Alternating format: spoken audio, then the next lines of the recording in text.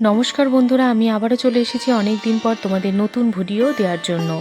আজকে তোমাদের কাছে নবদ্বীপের জলেশ্বর মন্দিরের কিছু পুরনো কথা তোমাদের কাছে শেয়ার করব। তো চলো বন্ধুরা, ভিডিওটা আমি শুরু করে দিই।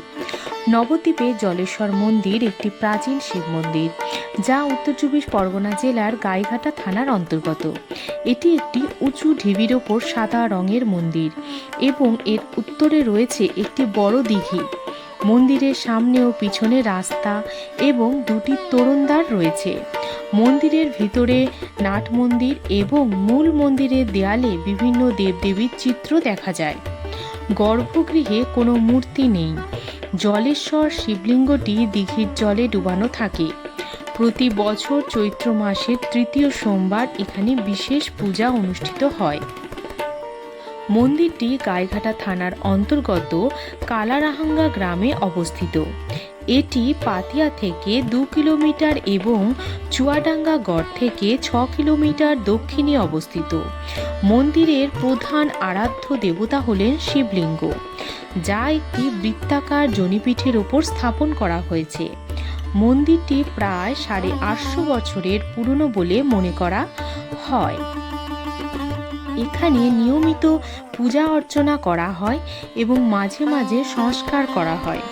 মন্দিরের কাছে একটি বড় পুকুর রয়েছে, যা শিব পুকুর নামে পরিচিত। মন্দিরে আসা ভক্তরা সাধারণত দিঘির জলে ডুব দিয়ে পূজা করেন।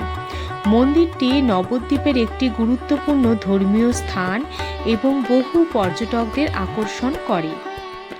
মন্দিরটি শিবের উদ্দেশ্যে উৎসর্গীকৃত এবং স্থানীয়ভাবে এটি একটি গুরুত্বপূর্ণ তীর্থস্থান। জলেশ্বর মন্দিরের আদি ইতিহাস জানতে হলে মন্দিরটি দ্বাদশ শতকের শেষ দিকে নির্মিত হয়েছিল বলে মনে করা হয়।